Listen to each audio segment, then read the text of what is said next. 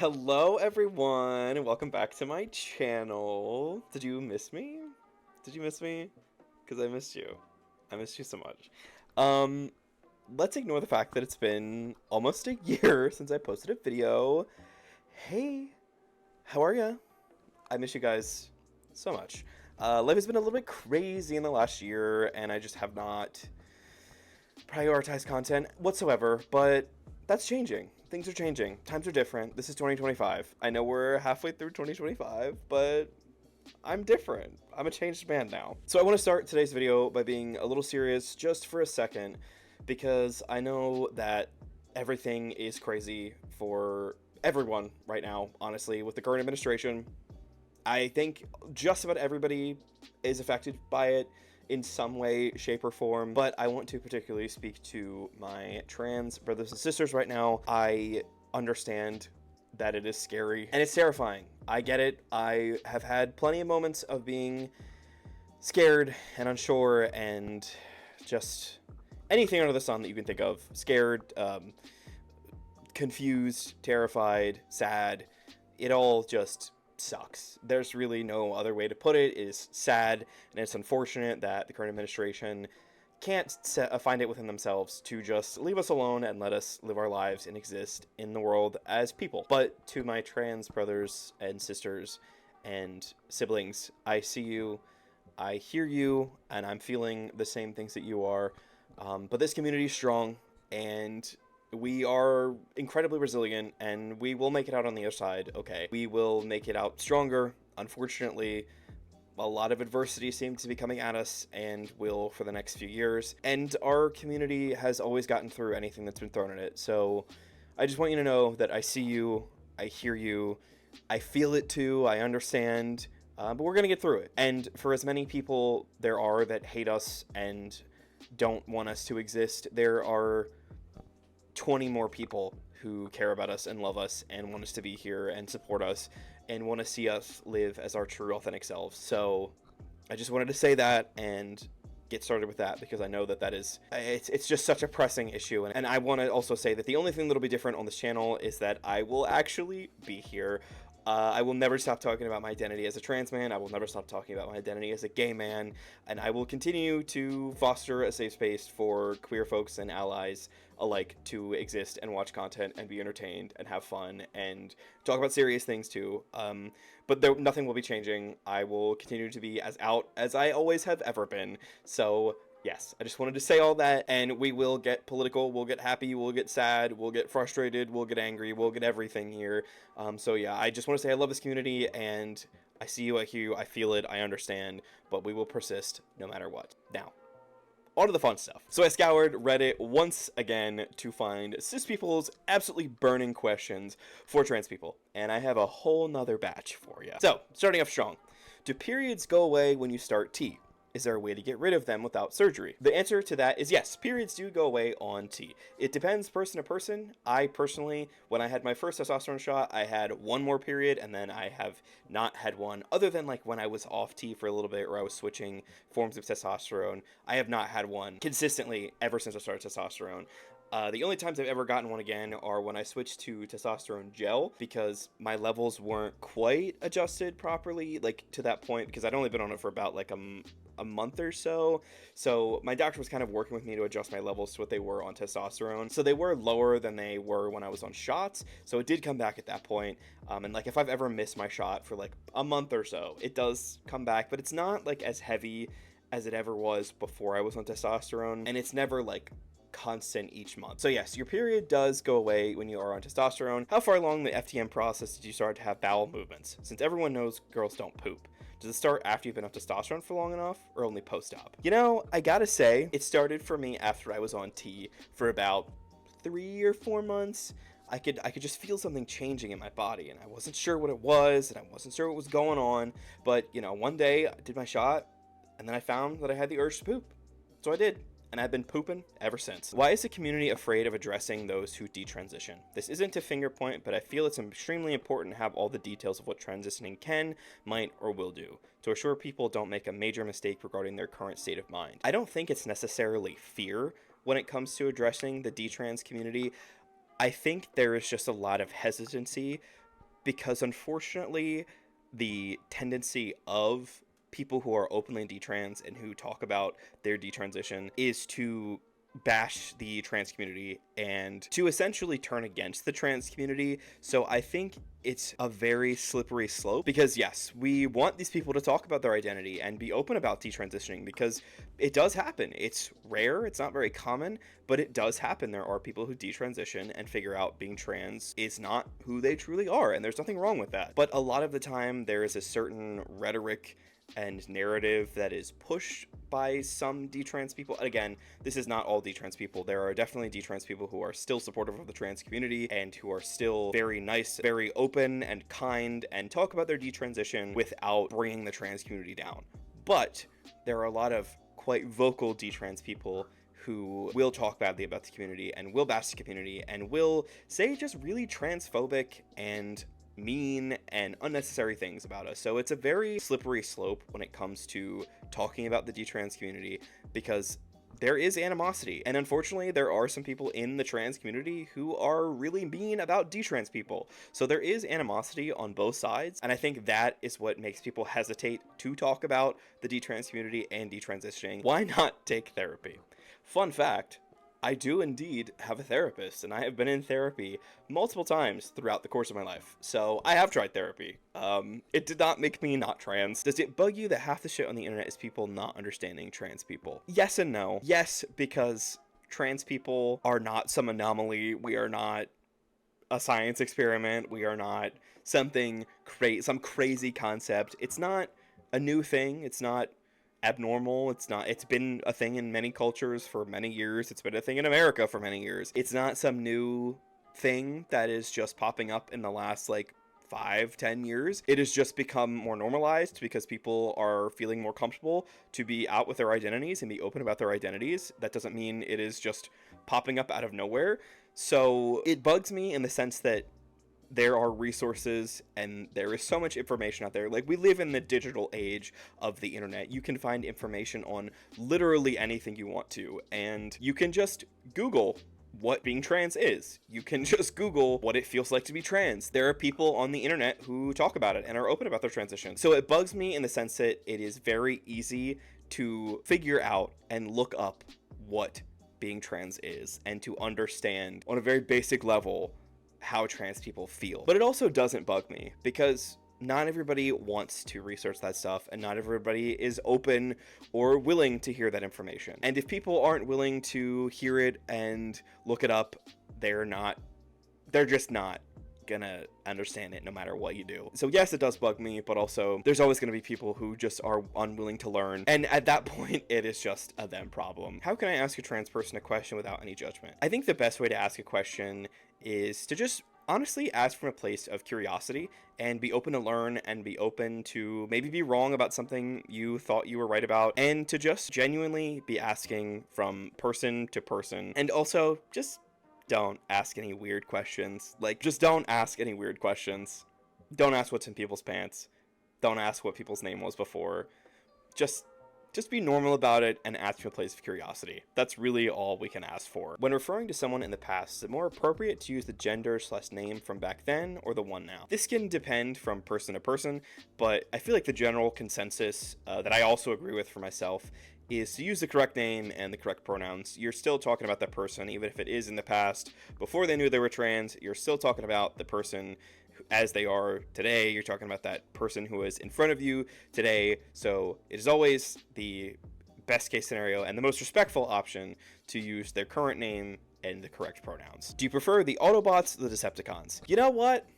I've kind of always been a Decepticons guy. I think the Autobots are cool. I think they're pretty sick, pretty strong, pretty powerful, but I think the Decepticons are even cooler. But I still fuck with Autobots, but I gotta go with the Decepticons. What I would like to know is whether F2M transitioners feel underrepresented in the public eye. Whenever I see media mention a trans individual, it always seems to be male to female. Is there a significant disproportion in regards to female and to male and male to female trans individuals? This is a really good question, and I do notice that there is not as much representation for trans men as there is trans women. But I think that is justified, because trans women are targeted significantly more than we are. And I feel like trans women in media, like as a whole, throughout history, have been mocked a lot more than trans men have in media. And sometimes a trans woman identity is made to be a gag because it's a man dressing up as a woman. And it seems like they have received a lot more hate when it comes to the trans community in general. So I do think that trans men aren't as represented in media, which is definitely something that I would like to see more of. And I would definitely like to see more diverse trans men, like trans men of color,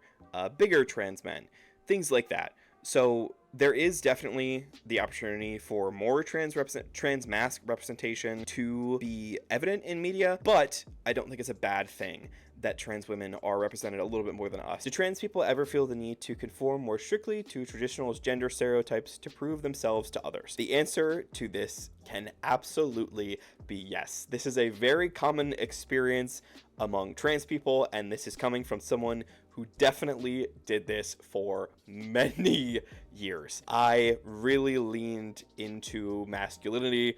I really wanted to be just like macho, manly, stereotypical man, really wanted to be just that guy. And I've seen that this is a very common thing across the trans community. Trans men go really far masculine, trans women go really far feminine, or the reverse can happen. This can happen maybe if someone doesn't want to accept themselves as trans or is not comfortable with their identity. Some people will go the reverse. Some trans men will go hyper feminine, some trans women will go hyper masculine to kind of stave off their identity and kind of deny it as like a form of self-denial. But both things happen. People go to both ends of the spectrum, to both extremes, and I can say, as someone who was hyper masculine and denied everything feminine until I was like probably 22, maybe 21, 22, this is common and it happens. Do you tell everyone you're transgender? Or in what situation would you not tell people? I personally have told, I think, everybody in my life. I told my family, of course, but my friends, a lot of them knew me before I knew I was trans, so they kind of went through my transition with me, like the early stages of my transition with me, and have been friends with me ever since. With new people that I'm friends with, I don't really tell people unless it is a specifically LGBT safe space, or I just can tell that they're like not gonna be weird about it. But in certain situations, I just don't tell people. If it's someone I'm acquaintances with or friends with that I'm like not sure would be weird about it, I don't really mention it. But if people follow me on social media, they're gonna see it. I have the trans flag in my bio, and I talk very openly about my transition on Instagram and things like that, so they're gonna know regardless. So everyone in my life kind of does end up knowing regardless, but I don't really tell people. If I'm at work, I don't tell my bosses, I don't tell really anybody who doesn't need to know. So usually I won't tell people at work, or if it's just generally an unsafe situation or I don't feel like that person will be respectful, I'll just keep it to myself. And it's usually not a topic of conversation. Really the only times that I've had it come up recently when I've met new people, specifically in LGBTQ plus places where it's safe, we end up talking about our identity sometimes, and that's when it's come up. But otherwise, if it comes up, it comes up. If it doesn't, it doesn't. Is dead naming very offensive to you? Do you give people time to make mistakes and adjust, or do you get upset at first time? At this point in my transition, dead naming really isn't offensive to me, but that's taken me a long time to get to that point. It was very upsetting to me in the first 2-3 years of my transition. It's taken a lot for me to be comfortable hearing that name and be comfortable reconciling with my past self and being okay with my past self. And this is kind of across the board in the trans community, and it's the fact that we do give people grace for, especially when we first come out, we give people grace for messing up our names sometimes, because it is new, it is an adjustment for everyone involved, especially if we've gone by a certain name for, I don't know, 15, 20, 30, 40 years. It is an adjustment for people, it is a change. And I feel like usually we are pretty understanding. The issue comes in when you've been out for a long time, people have known your name for a long time, and people are still messing up. That's when, for me personally, it started to get a little upsetting and like, hey, what are we doing? Like, I've been going by the same for a while now. It's been like a year. What's happening? But there usually is grace given, and it is upsetting to hear it. Like, even if people are making an effort and it's in the beginning, it still is upsetting to hear it, but a lot of the time there is grace given in those beginning phases. How are you? Thank you for asking. I'm doing okay. Life has been a little bit crazy, especially the last couple months.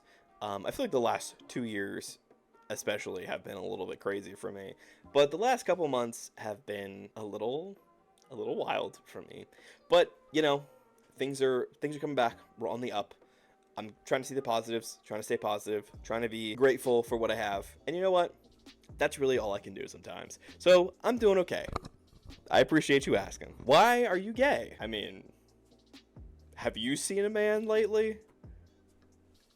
Like, am I supposed to not like them? What's the funniest reaction you've had from people discovering you were trans? I can't really say I had any funny reactions, but I do have a funny little story about being gendered correctly. So my mom and I were at a restaurant, like with our family and everything, and I had to go to the bathroom, and this was like way before I was on hormones, so I like usually was not gendered correctly in public. It was very rare that I was gendered correctly in public at this time, but I had like short hair and I dressed masked and everything, so I had to use the bathroom, and I walk into the ladies' room, and there's like a bunch of people in there, and there's like I think she was like working at the restaurant and like cleaning the bathrooms, but she gendered me properly and called me sir, and was like, I don't remember what she said, but it wasn't her being like, sir, this is a ladies' room, you have to get out. She just like called me sir in the men's room. So like, she like I guess she understood that I was trans maybe, and like just gendered me properly. But I just think it's so funny that of all places for me to get gendered properly, I got gendered properly in a woman's bathroom. How would you like to see trans healthcare change? I would really like to see trans healthcare not be so expensive. That is one of the biggest qualms that I have personally with trans healthcare. And of course, I know all healthcare is expensive. This is America. I understand. And I don't think it should be this expensive to transition and just live your life. Like, my top surgery was like, I think $6,000 or $7,000. And like, this isn't even just trans healthcare. This is healthcare in general. Why is it so expensive?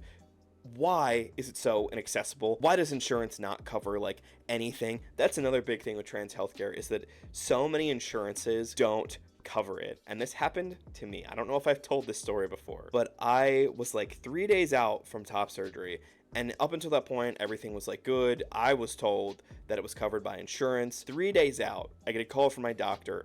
Just kidding. Just kidding.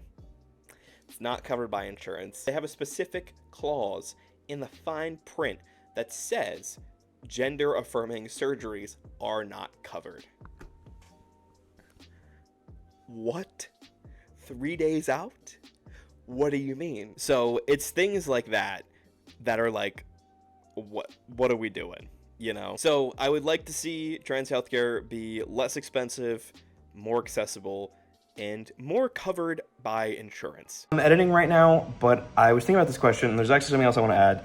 And I would like to add that trans healthcare is just taken a little bit more seriously, because there are countless experiences of trans people, with myself included, where doctors just either don't know like what being trans is, and like essentially don't know how to take care of us, or they just don't do it properly. Like, they know what a trans person is, they know what being trans is, but they just don't care for us properly. So I'd really like to see more effort be put into trans healthcare so that we are not neglected by doctors and our health is not neglected in any way. I think that would be really cool to not happen anymore. Did you think about therapy before body altering surgery or drugs?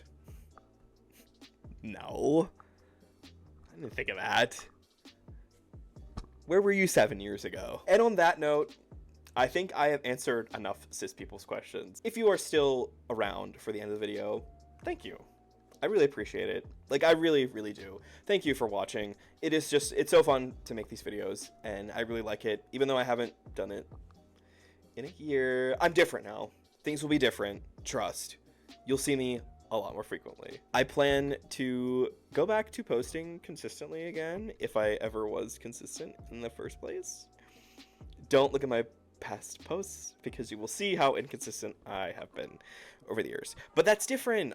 This is different. It's the big 2025. I am different this year. We've changed. You will be seeing me more consistently. I don't want to be overzealous and say once a week, but you will see me at least twice a month. Okay? That's my looser commitment. Anyway, thank you so much for watching. You can also find me on all of my socials right here, and they will also be linked in the description.